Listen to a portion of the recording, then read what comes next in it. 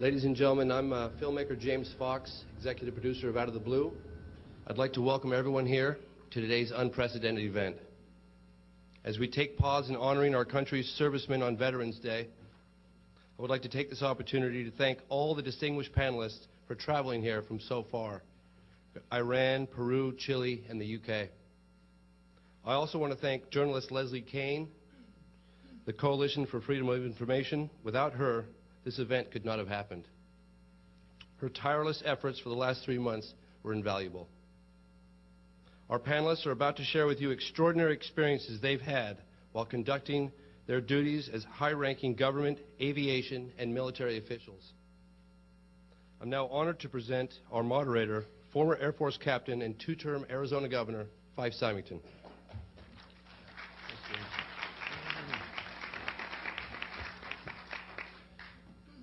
I'd like to welcome you all here today, and I'd like to go over the program with you so that you understand how it will unfold.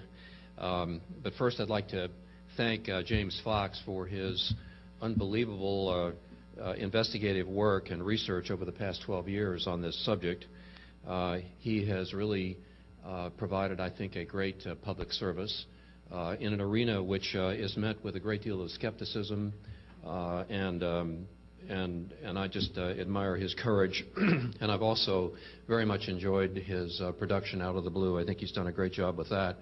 But most importantly today is that he and Leslie Kean are responsible for pulling together this unique panel. I don't think there's ever been a more high-level or distinguished group, authoritative group, that has dealt with this matter in one conference. And I'm very excited to be a small part of it. I would also like to thank Leslie Kean. Again, I'd like to reiterate the fact that, as you know, she's an investigative journalist and director of the Coalition for Freedom of Information, and she has done a fabulous job in this arena and also absorbed a lot of the slings and arrows that are out there in the public arena regarding this subject. But she's done it with great fortitude and in, I think, very good taste. I will make my formal remarks after all the other gentlemen at the table here to my left and right have made their statements. But I would like to just quickly discuss the media format. Each of us is going to make a statement. He'll come up to the podium, give a 2 to 3 minute statement, and then sit down. We're going to roll through that part of the program so that everybody here can hear all of their testimony. After that, I'll stand back up here at the podium, and we will open this up for Q&A for credentialed members of the press. If members of the press, when you stand up and ask a question, if you would state your name and your affiliation, that would be very much appreciated. In my role as the moderator, I guess I also reserve the right to curtail a dialogue that may go on too long or something for the sake of time. We want to make sure we get to everybody and that all serious questions are answered. I would also like to note that there's a document here in front of you, if you're in the audience, to your left, which has been signed by all of us, which is a request for the United States government to reopen, in effect, the investigation into the UFO phenomena, which was terminated back in, I believe, 1969, Project Blue Book. And it's a very interesting document, and you should read it. Without further ado, we'll charge ahead with our first speaker, and we're on our way. Thank you.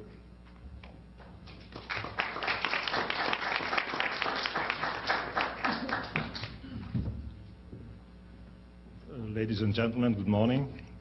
My name is Wilfried de Brouwer. I'm a retired Major General of the Belgian Air Force, and I was Chief Operations in the Air Staff at the time that an exceptional UFO wave took place over Belgium. Indeed, during the evening of 29 November 1989, in a small area in eastern Belgium, approximately 140 UFO sightings were reported. Hundreds of people saw a majestic triangular craft with a span of approximately 120 feet, powerful beaming spotlights moving very slowly without making any significant noise, but in several cases accelerating to very high speeds. the following days and months, many more sightings would follow. The UFO wave would last more than a year, during which a Belgian UFO organization conducted more than 650 investigations and recorded more than 400 hours of audio witness reports. On one occasion, a photograph revealed the triangular shape and 4 light beams of the object. I have the photograph here if you want to see more details later on, but at the left, at your left, you see the original photograph. At the right, you can see an overexposed photograph which reveals the shape of the craft. Belgium had no official focal point for reporting UFO sightings. Nevertheless, in my function of Chief Operations, I was confronted with numerous questions about the origin and nature of these craft. In first instance, and in consultation with other NATO partners, I could confirm that no flights of stealth aircraft or any other experimental aircraft took place in the airspace of Belgium. In addition, the civil aviation authorities confirmed that no flight plans had been introduced. This implied that the reported objects or craft committed an infraction against the existing aviation rules. The Belgian Air Force tried to identify the alleged intruders and on 3 occasions launched F-16 aircraft. On one occasion, 2 F-16 registered rapid changes in speed and altitude which were well outside of the performance envelope of existing aircraft. Nevertheless, the pilots could not establish visual context, and the investigation revealed that specific weather conditions may have caused electromagnetic interferences and false radar returns. The technical evidence was insufficient to conclude that abnormal air activities took place during that evening. In short, the Belgian UFO wave was exceptional, and the Air Force could not identify the nature, origin, and intentions of the reported phenomena. Thank you very much.